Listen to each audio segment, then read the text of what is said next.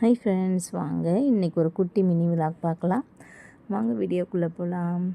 இன்றைக்கி டே வந்து ரொம்ப லேசியாக தாங்க ஸ்டார்ட் ஆச்சு. கொஞ்சம் உடம்புக்கு சரியில்லை, அதனால் அப்படியே படுத்துக்கிட்டே இருந்தேன். மணி 7 ஆயிடுச்சிங்களா. சரி, இதுக்கு மேலே படுத்துட்டு இருந்தேன்னா நிறைய வேலை இருக்குது. சண்டே வேறு இல்லைங்களா, அதனால் பாப்பாவும் 9:30க்கு கிளாஸ் போனோமா. சரி, எழுந்து வேலையை பார்ப்போம் அப்படின்ட்டு எழுந்ததும் கொல்லை பக்கம் கதவை திறந்தேன்னா அந்த பூனை வந்து எலி பிடிக்கிறதுக்காக வேவு பார்த்துட்டு உட்காந்துருந்துச்சு. அங்கே நிறைய பொந்து இருக்குங்களா, அந்த பொந்துலேருந்து நிறைய எலி வரும். அந்த எலியெல்லாம் பிடிக்கிறதுக்காக வெயிட் பண்ணிகிட்டு இருந்தது.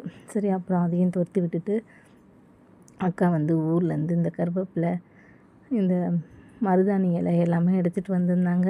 சரி, அதெல்லாம் அப்படியே ஃப்ரிட்ஜில் இருந்துச்சுங்களா, எடுத்து நிழலில் வச்சு காய வச்சு உலர்த்தி எடுத்து வச்சிச்சுன்னா வேணுன்றப்ப நம்ம அரைச்சி யூஸ் பண்ணிக்கலாம் அப்படின்னு சொல்லிட்டு எல்லாத்தையுமே நிழல்லே வீட்டு உள்ளேயே காய வச்சுட்டேன். அப்புறம் மாவு அரைக்கிற வேலை இருந்துச்சு.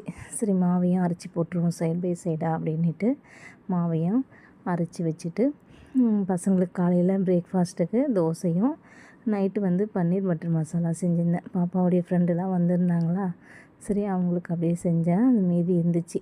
காலையில் பாப்பாவுக்கும் தம்பிக்கும் தோசையை ஊற்றி கொடுத்தாச்சு. அதை வச்சு இன்றைக்கி காலைல பிரேக்ஃபாஸ்ட்டு முடிச்சுட்டு மதியம் லஞ்சுக்கு வந்து சிக்கன் ஃப்ரையும் மட்டன் குழம்பும் தான் செஞ்சுருந்தேன்.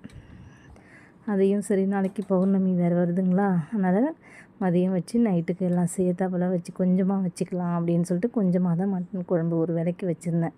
அப்புறம் நைட்டுக்கு 2 தோசைக்கு கொஞ்சமாக குழம்பு இருந்துச்சு, வச்சு எல்லாத்தையும் காலி பண்ணிவிட்டு கிச்சன்லாம் க்ளீன் பண்ணி முடிச்சிடலாம் அப்படின்னு சொல்லிட்டு அதனால இன்றைக்கி கம்மியாக தான் குழம்பும் வச்சுருந்தேன்.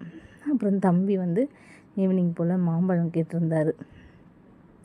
அவருக்கு ஒரு மாம்பழத்தை நல்லா கட் பண்ணி கொடுத்துட்டு அதுக்கப்புறமா தான் வேலையெல்லாம் ஸ்டார்ட் பண்ணேங்க. கொஞ்சம் பூ கட்டுற வேலைலாம் இருந்துச்சுங்களா, அதெல்லாம் கட் பண்ணி முடிச்சுட்டு கட்டிட்டு எடுத்து வச்சுட்டு கிச்சன்லாம் சரி க்ளீன் பண்ணிடலாம்.